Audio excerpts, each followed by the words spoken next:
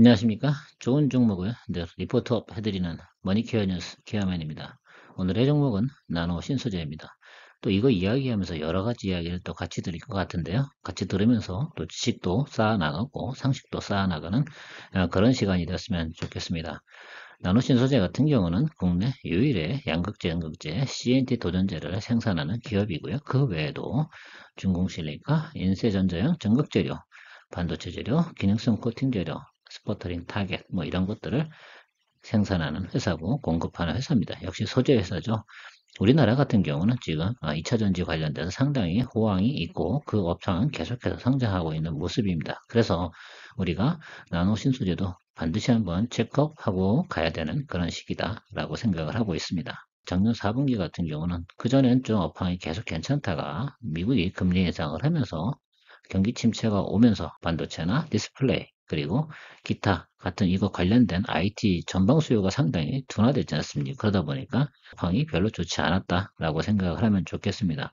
자, 그런데 올해 들어서 가장 각광을 받고 있는 게 뭐냐 하면 바로 2차 전지용 CNT 도전제 사업이 올해 상당히 성장을 하고 있다라고 생각을 합니다. 현재도 뭐 가격도 좋고요. 2023년 1쿼터 들어서부터 이 분야는 양극재용 CNT 도전제 확대가 점점 더 늘어날 것이기도 하고요. 음극재용 관련도 마찬가지입니다. 실리콘 음극재 적용이 2024년도부터 신차 모델부터 본격화된다라고 가정을 한다 그러면 이 회사 같은 경우는 더 성장을 할 거다라고 생각을 해주시면 좋을 것 같습니다. 길게 보지 않고 올해 매출과 영업이익만 보더라도 YY 기준으로 45% 정도 업사이드를 보고 있고요.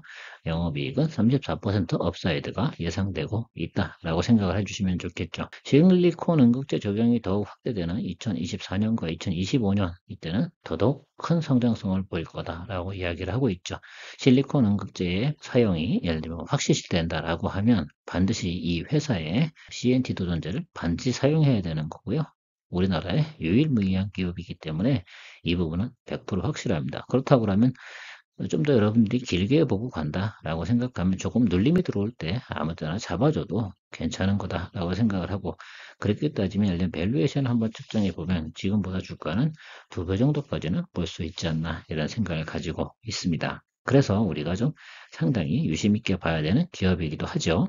매출과 영업이익, 실적 전망 뭐 이런 것들을 살펴보면 올해 작년 2022년 4쿼터보다는 2023년 1분기부터 조금 더 개선이 되는 모습이 나타날 거고요. 그 다음에 점차적으로도 증가되는데 여러분들께 좀 생각하셔야 되는 건 뭐냐면 3분기, 4분기가 됐을 때는 상당히 안정적인 수익을 추구할 거다라고 생각을 하고요. 더군다나 지금 디스플레이하고 반도체 분야도 3분기 뭐 이때쯤부터 좀 더 업황이 개선된다고 하면 여기에 플러스 알파적인 영업이익과 매출이 같이 나타나지 않을까 생각을 하고 있습니다. 제가 앞서서 크게 한 4가지, 5가지 분야에 이 회사의 업황이 좀 주로 결부되어 있다고 하지 않습니까? 근데 그 중에서 가장 지금 각광을 받는 게 양극용, 은극용, CNT 도전제예요. 탄소 나노튜브라고 생각을 하시면 될 것 같습니다. 기존엔 카본 블랙 같은 걸 많이 사용을 했는데 앞으로는 탄소 나노튜브를 사용을 해서 이 부분을 갖다가 활용을 한다라고 생각을 하시면 좋겠습니다.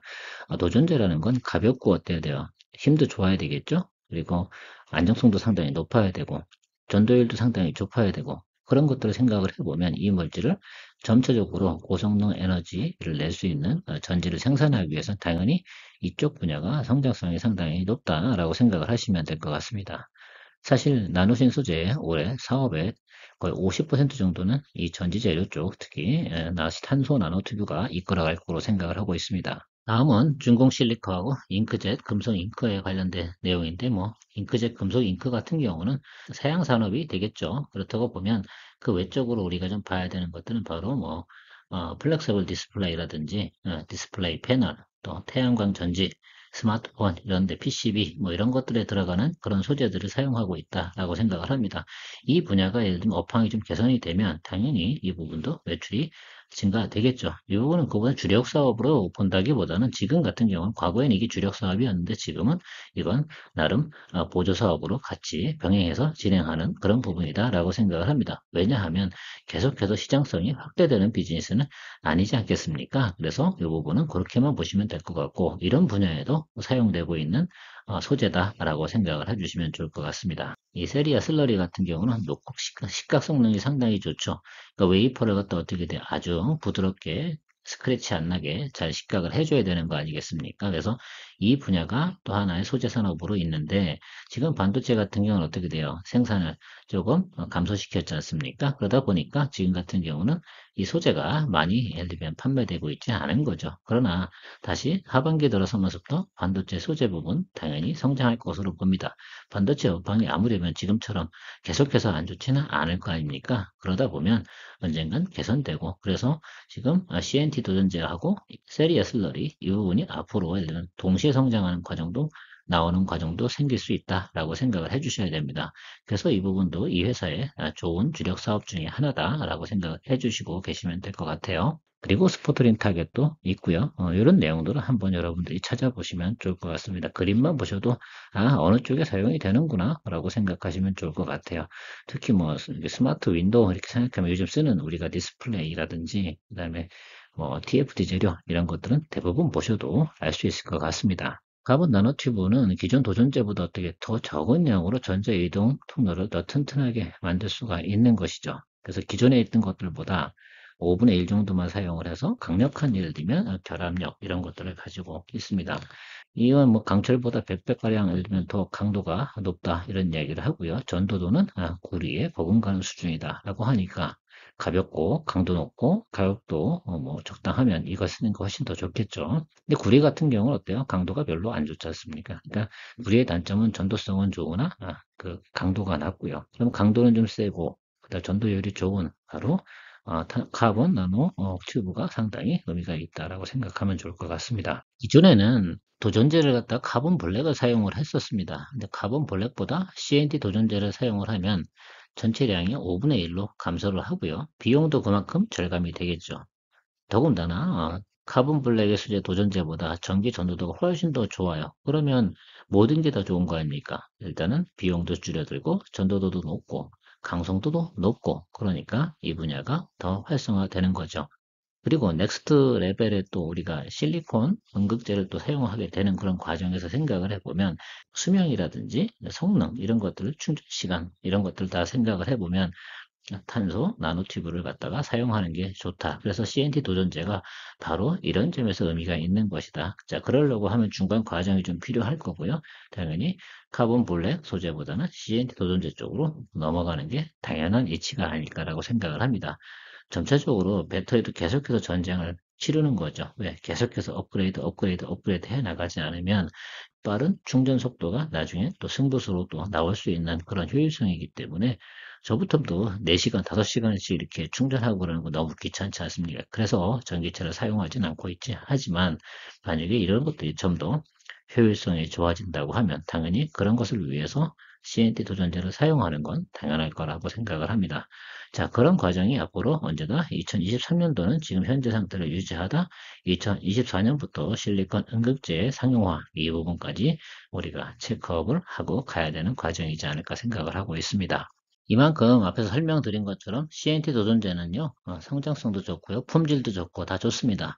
자, 그러면 더더욱이나 앞으로 어떤 예를 들면 변화가 있을 건지, 왜 CNT 도전제가 더욱 각광을 받을 건지 우리가 뉴스를 통해서 한번 확인해 보고 테슬라의 행보 역시 계속 선두주자잖아요. 그들이 하고 있는 행위가 얼마나 또 무서운 일인지 한번 또 확인해 보고 가도록 하겠습니다. 지난해 5월 31일에 발간된 배터리 공정 지각 변동 보고서에서 언급한 바와 같이 테슬라는 4680 배터리의 원가 절감을 위한 건식 공정 적용을 추진해왔다. 최근 테슬라가 자체 생산 중인 4680 배터리는 양극은 아직까지 기술적 문제 해결이 필요하나 음극에는 이미 건식 공정이 적용 중이며 수율은 80%를 넘어선 것으로 파악된다. 양극은 단결정 양극재 적용이 뒷받침되어야 하는 반면 음극은 건식 공정 기술 확보를 위해 인수했던 맥스웰이 이미 자사 슈퍼 캐패시터의 흑연 전극 공정을 건식으로 적용해왔었기 때문에 훨씬 용이하다. 다만 테슬라가 배터리 데이에서 언급했던 예상과는 달리 실제로는 4680 배터리, 2170 배터리 대비 에너지 밀도 특성이 떨어지는 것으로 알려졌다. 여러 원인이 있을 수 있지만 음극의 경우에는 건식 공정을 적용하면서 습식 공정 대비 전극의 저항이 높아졌을 것으로 추측된다. 이를 해결하기 위해서는 CNT 그라파이트 등 전도성이 높은 탄소계 물질을 함께 사용할 수 있다. 이 중 실리콘 음극재 적용 시에 소재 팽창이 보완제 역할까지 생각한다면 SWCNT 도전제가 가장 좋은 후보일 것이다. 건식 공정을 음극에만 적용하는 것으로도 생산 공정상에서의 원가 절감이 6%가량 발생할 수 있기 때문에 적용하는데 무리가 없다. 향후 테슬라는 소재, 생산 공정의 최적화를 통해 4680 배터리 성능을 끌어올릴 것으로 예상되는데, 건식 공정 기반 음극의 저항을 낮추기 위한 방법으로 SWCNT 도전제를 적용할 경우 높은 CNT 분산 기술력을 확보하고 있는 동사와의 협업 가능성에 주목할 필요가 있다. 결론은 그런 거잖아요. 건식 과정을 가는 것이 바로 그 생산성과 효율성을 높여주는 건데 거기에 CNT 도전제는 당연히 꼭 필요한 소재다라고 생각을 하면 좋겠죠. 건식 공정 자체가 상당히 CNT 도전제가 의미가 있다는 말을 하는 거죠, 결과적으로. 그래서 앨런 머스크는 건식 공정을 갖다가 상당히 열심히 성공적으로 만들어내려고 노력하고 있다라고 생각을 해주시면 좋겠습니다. 자, 그러면 이 건식 공정이 과연 어느 정도 영향을 미치는 건지 좀 기술적으로 한번 살펴보도록 하겠습니다. 공정 비용하고 비중을 한번 생각해 볼게요. 전체 예를 들면 공정 중에서 배터리 공정별 제조 비용에 대한 부분을 한번 생각해 보겠습니다. 이 코팅하고 드라잉하고 솔벤트 리커버리 이 부분이 합쳐서 한 20% 정도의 비용이 들어간다라고 생각을 하고요. 그 중에 생산 공정별 이 드라잉하고 솔벤트 리커버리 하는 과정에 전기가 47% 정도가 비용이 든다고 합니다. 전력도 많이 들고 결과적으로 뭐 총 비용을 생각해 보면 20% 정도의 비용이 들어가는데 이것을 어떻게 절감할 수 있는가 이런 부분들이 되겠죠. 근데 포메이션하고 에이징 부분은 우리가 다른 분야잖아요. 결과적으로 공정에서 우리가 가장 효율성을 높여서 경쟁력을 확보할 수 있는 부분이 바로 코팅 앤 드라잉 솔벤트 리커버리 이 부분이다라고 생각하면 좋겠습니다. 이거를 건식 공정으로만 전환시키면 이 부분이 어떻게 된다? 삭제가 된다. 그러면 바로 비용 절감의 효과가 나타나면서 상당히 경쟁력 있는 우리가 제품을 생산해낼 수 있다라는 결론이 나오게 됩니다. 우리가 좀 생각을 해보니 습식과 건식 공정을 이렇게 보면 과거에 지금 현재 같은 경우 다 습식 공정을 통해서 진행을 하고 있는 겁니다. 자, 근데 건식 공정으로 넘어가면 배터리를 찍어내는 속도가 10배가 빨라지고요. 에너지 효율성 같은 경우는 여기서 말로는 뭐 결과적으로 장기적으로 보면 10배 에너지 감소가 발생이 된다. 이렇게 얘기를 하는 거겠죠. 생산성이 높아진다는 건 상당히 가격 경쟁력도 중요하고요. 그만큼 예를 들면 효율성이 발생되는 제조업의 특성상 그런 부분들이 가장 경쟁력으로 작용하게 되어 있는 것이겠죠. 그러니까 당연히 건식 공정으로 가려고 하는 것이라고 생각을 해주셔야 된다고 생각을 합니다. 바로 이런 부분 때문이죠. 이게 바로 경쟁력이다라고 생각을 해보면 또 공정 차트를 한번 생각해 보면 이 코팅 드라이 이런 부분들이 중에서 드라이 하는 부분이 상당히 시간도 오래 걸리는 부분이거든요. 이걸 건식으로 전환하게 되면 바로 패키지 분야로 바로 넘어갈 수 있는 거죠. 그 모듈 테스트 뭐 이런 것들 다 거치지 않는다 하더라도 그러니까 공정이 상당히 절감되는 효과를 가지고 있는 겁니다. 근데 이 와중에 특히 이걸 갖다가 좀 더 결국은 에너지 밀도를 높이고 그 효율성을 잡고 하려고 그러면 CNT 도전제의 사용은 불가피하다라고 해야 되는 거잖아요. 그러니까 이 부분이 더 성장을 할 거다. 그러면 테슬라가 그런 공정으로 전환에 성공을 하면 LG 에너지 솔루션, 뭐 파나소닉, 뭐 삼성 SDI 모든 예를 들면 배터리, 리튬 배터리를 생산하는 회사들 같은 경우는 건식 공정을 도입을 해서 진행을 하지 않으면 생산 단가를 도대체 맞출 수가 없는 거죠. 마치 삼성전자가 메모리 반도체 분야에서 최고의 우위의 경쟁력을 갖는 건 바로 생산성과 그다음에 효율성, 그다음에 제품의 품질 이런 걸로 결정이 나는 거 아니겠습니까? 결국은 우리가 테슬라가 승부 보고자 하는 것들은 그런 비슷한 성능의 배터리라고 하면 생산성이 훨씬 더 높은 것이 무조건 위너가 되는 그런 과정이죠. 거기에 꼭 필요한 게 CNT 도전제다. 자, 그걸 사용하지 않고 다른 걸 사용할 재료가 현재까지는 없다라고 생각하면 아주 심플해지지 않겠습니까? 그래서 CNT 도전제의 성장성은 상당히 유명하다 할 수가 있겠습니다. 2023년도 지금도 과거보다 훨씬 더 많은 CNT 도전제를 사용하게 되는 것이고요. 2024년도에 뭐 건식 공정까지 도입이 되고 실리콘 음극재의 대용량으로 확대되는 그런 과정까지 나타나게 된다 그러면 어느 순간인가 성장성이 100%, 200% 이렇게 성장이 나타날 가능성도 있지 않겠습니까? 거기다가 디스플레이나 CMP 슬러리 몇 가지 같이 동시에 예를 들면 호황이 온다라고 생각하면 그 과정들은 이렇게 극대화되는 과정들이 나타날 수 있다. 지금 나타나고 있는 예상치보다 훨씬 더 높은 수치가 나올 수도 있다라는 결론이 나오게 되지 않겠어요? 그래서 저는 이렇게 생각합니다. 그러면 우리가 업황이 전반적으로 다른 것들이 개선되지 않는다. 근데 오로지 그냥 CNT 도전제만 본다. 그리고 실리콘 응급제 활용까지만 간다. 여기까지만 생각해 봅시다. 건식 공정이 완성이 되지 않는다라고 생각을 해도 현재에도 CNT 도전제는 충분히 성장성을 확보하고 있는 그런 모습이다라고 판단을 내릴 수가 있는 것이 되겠습니다. 과거에는 뭐 이런 트렌드가 그거였어요. 초기엔 반도체, 그죠? 반도체에 들어간 CMP 슬러리 이런 게 많이 호황을 받았고 디스플레이도 많이 들어가다가 전체적으로 어떻게 돼요? 우리나라 디스플레이 산업하고 이런 부분들은 점차 사양 산업으로 가고 있지 않습니까? 중국하고 예를 들면 경쟁을 계속해야 되는데 과거보다 어떻습니까? 생산성이 생산량이 많이 줄어들고 있잖아요. 그러니까 점차적으로 매출은 줄어들긴 하겠지만 반대로 보면 태양전지 소재라든지 CNT 도전제 부분은 그걸 수요를 충족시킬 만큼 반대로 성장해 왔다.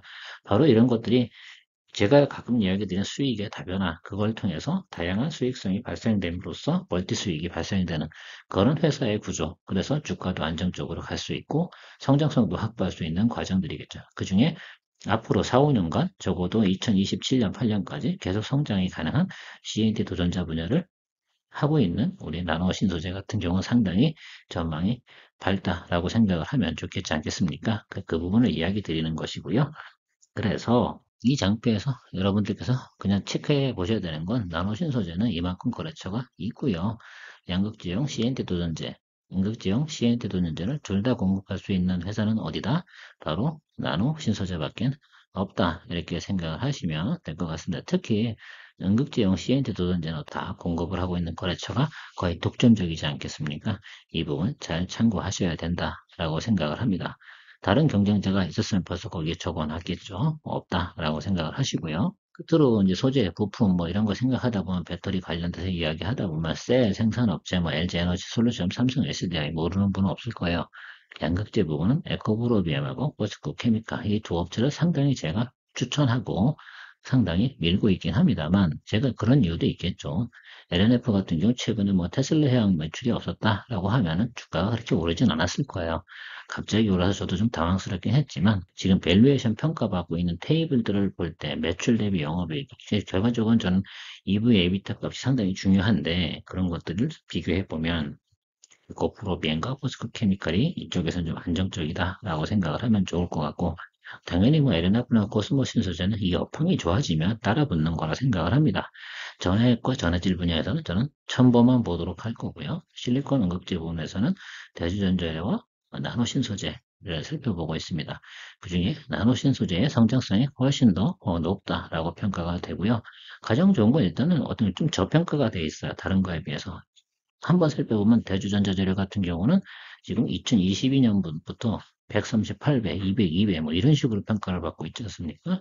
근데 나노신소재는 그런 적은 없어요. 현재에도 대주전자재에 비해서 한 뭐 30% 정도는 또 저평가되어 있지만, 그러나 매출 대비 영업이익, 뭐 이런 것들에 관련돼서는 대주전자재료에 못지않는 실적을 내고 있다. 그래서 나노신소재가 만약에 2024년도에 실리콘 관련된 자동차에 들어가는 배터리가 진행이 된다라고 한다고 그러면 저는 유일하게 좀 관심을 좀 가져야 되는 게 바로 나노 신소재 쪽에 좀 더 포인트를 좀 주고 싶은 겁니다.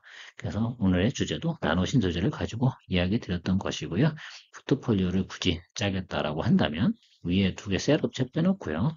에코프로비엔, 버스코케미컬은 계속해서 어떻게 됩니까? 롱숏으로 해야 되고 뭐 대주전자료도 마찬가지고 첨보도 마찬가지일 겁니다. 근데 나노신소재는 조금 늘림이 들어왔을 때 우리가 매수한다고 하면 1년, 2년 정도도 볼 수 있고 사실 대주전자 재료 같은 경우도 조금 그런 부분까지 볼 수 있으나 조금 나노신소재보다는 평가가 좀 과하게 되어 있는 관계로 제가 볼 땐 랠리보다는 꽤 성장을 하긴 하겠지만 나노신소재보다는 장기 보유하는 과정에서 조금 차이가 있지 않을까라는 판단을 내리고 있습니다. 나노신소재 직전 1년 평균치가 9만원, 6개월치 10만원, 3개월 10만원. 한 달 전 정도가 10만 5천 원 정도 됩니다. 결과적으로 대부분의 사람들이 10만 원대 들고 있다라고 생각을 하시면 될 것 같은데, 자, 그렇다고 그러면 이게 눌림이 들어오면 어느 정도까지 들어올까? 이미 레벨업을 한번 했어요. 그러면 11만 5천 원, 4천 원 이 정도 수준에서 우리가 다시 한번 매수를 해주는 그런 과정이 와야 될 거다. 그런데 지금은 아닐 겁니다. 제가 볼 땐 저게 한번 눌림이 들어오는 과정은 앞으로 한 달, 두 달 정도 수준이 나와야 된다. 그러니까 제가 볼 때는 언제쯤이냐면 1분기 실적이 발표되는 그날, 사실은 어때요? 예상보다 밸류에이션이 높게 가 있다. 이런 뜻이거든요. 왜냐? 15% 정도나 이 정도 업사이드가 나온 게 아니거든요. 지난 4쿼터 대비 1쿼터가 어떻습니까? QOQ 대비.